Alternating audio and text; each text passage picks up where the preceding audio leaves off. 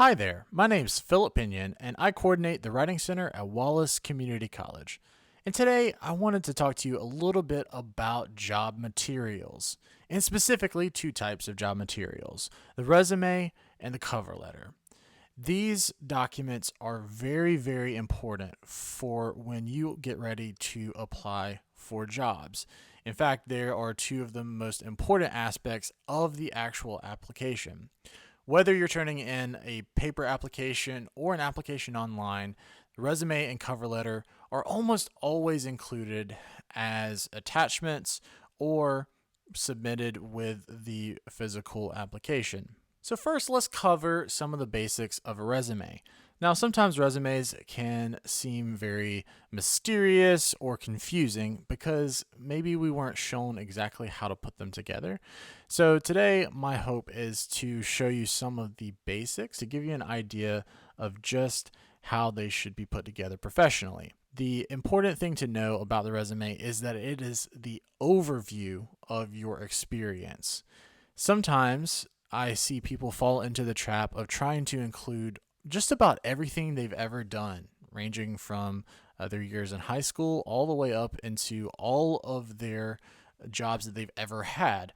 And that, like I said, is the trap that you fall into because the resume should just be the overview of your most relevant information. Now, the resume can be different depending on whatever job you're applying for. So, once again, the importance of including only the relevant information for the specific job you're going for is very important. Typically, employers like to see the resume as a single page. If you're trying to fit everything on one page and you have a lot of stuff, it's just not going to happen. So, once again, think about it as the overview and think about it as the most relevant information. The other huge thing when it comes to resumes is to keep them clean, organized, and simple. This is another trap that I see people fall into is trying to make their resume look complex and interesting, and what winds up happening is that they look complicated and are hard to read. You want to bank on the fact that the potential employer is only going to give your resume anywhere between a few seconds to maybe half of a minute. So, that being the case, you want to present your relevant information in as organized a way as possible and it is easy to glance through as possible. So keep it clean and keep it organized. I'm going to show us a couple of examples in just a second that will show you just how to organize those different sections and everything on the resume. Now, when we are talking about our sections, one thing to remember is that whether it's your education or whether it's your work history, you want those sections to be in what's called reverse chronological order. And all that means, it's a couple big words there, but all that means is you want to start with whatever degree you are obtaining now or whatever job you're working at now. Start with what you're doing now and then move back in time so that you're including the most recent information, and then as you move down the resume, it gets further back in time. So once again, that helps us stay relevant by staying recent. So let's take a look at a couple of examples here. And what I want to point out is that even though each of these took different directions with how they present the information, once again, it keeps the simple and clean and organized fashion. So you can have these common sections for your resume, and that helps to dispel some of the mystery, I find. So you want to almost always include your education somewhere on the resume. You want to always include your previous work experience, any volunteer experience, you can also include that, and then the relevant skills for the job. Now, there is one thing that I wanted to point out that you might want to do if the job you're going for requires a certain degree. You might consider moving your education section a little bit higher on the resume than it is on my examples here. because you want to make sure that that potential employer knows right off the bat that you qualify for that position if the position requires a certain degree. Also note that on all three of these resumes, we start with our current job, and then the jobs that come after that are a little bit further back in time. Also on all resumes will be your name and your contact information at the top. And since these are just example resumes, instead of having actual names, they have the type of resume they are. But you would just insert your name at the top, and notice it's a little bit bigger than the rest of the document. That way it stands out a little bit. And finally, pay attention to how the resumes use bullet points throughout the resume to keep it concise and easy to read and easy to look through. Now, moving on to the cover letter is meant to serve as a companion to your resume. Where your resume is that brief overview, your cover letter is included to go into a little bit more detail about who you are. Now, one of the most important things to remember on the cover letter is to keep it looking professional, having it professionally formatted. And I'm going to show you an example of that in just a second. But a couple of other things to remember on the cover letter is to address it to a specific person. Now, sometimes this can seem a little difficult at the beginning, but you really want to try to do some research and see who is the hiring manager at whatever job I'm going for.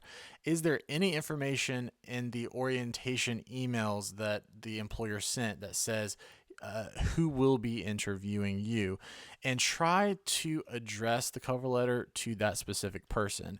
It goes a long way in showing the employer that you've done your due diligence as far as researching who's going to be there, and it shows that you have a bit of an initiative, that you're taking that initiative to address someone specific rather than just giving the general to whom it may concern, which seems really distant and a lot less personal.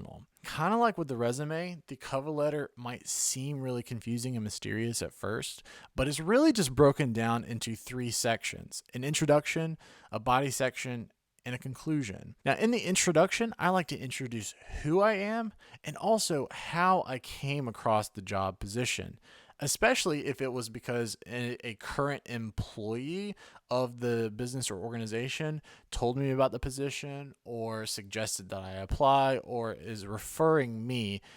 Really take the moment to make that connection right then and there so that the business organization, that hiring manager, knows that you have a link to the organization already. I also really like to express my excitement for the potential of joining the team or joining the family or joining the staff of the organization in the introduction. And the body of the cover letter can range from a paragraph to a few paragraphs. And this is where you're going to get into the details of your skills and your experience, maybe your past history in the field. And you're really going to be explaining yourself. You're going to be pitching why you should be hired. And in the conclusion, I like to round out the cover letter by being both appreciative and confident. You want to thank the potential employer for taking the time to review your materials and thank them for considering you for the position. But I also like to be confident and put my best foot forward and tell them that you look forward to hearing from them soon. You look forward to talking more about your experience in the coming days or weeks. And then I like to round the conclusion off by offering my contact information. You see my bullet point here with the who, why, what, and how. And that is how I think about the cover letter. Here are the 4 things that the cover letter should do. In the introduction, it should provide who I am.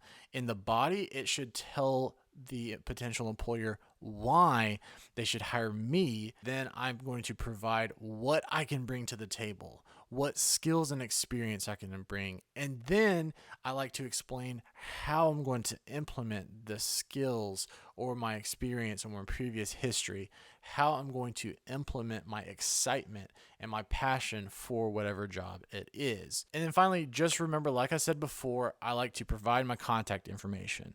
That can be both in the header, like in the example I'm about to show you, or like I said before, I like to include it in the conclusion as a way to end the cover letter by providing a couple of ways for that employer to contact me about an interview or to follow up about my materials. And here's that example I was talking about. You notice how we've got the header at the top. Something that you can always do is you can copy your header from your resume and bring that over to the cover letter as the header is there as well. And then, as I said before, you want to address someone specific at the company. And just like with the resume, we aim for a single page. That way, it is easy for the potential employer to read through, glance through, and find the important information that they are looking for. And there you go. There are two of the most important aspects of a really professional, good job application: your resume and your cover letter. If you can practice making these things look as good as possible and as professional as possible, it will do amazing things for you as you move through your career in the future. Now, once again, I coordinate the Writing Center at Wallace Community College. So if you would like any assistance and you're a Wallace student with putting these documents together, we are more than happy to help you out. So just head over to the Wallace Community College website at wallace.edu, hover over the Campus Life and Resources tab and click the Writing Center. And right there, you'll find the phone number to the center. So feel free to call it and let me know what you need, and we will be happy to help you out. And I hope you guys have a great rest of the semester and the rest of the year, and I am wishing you all the best. Thank you.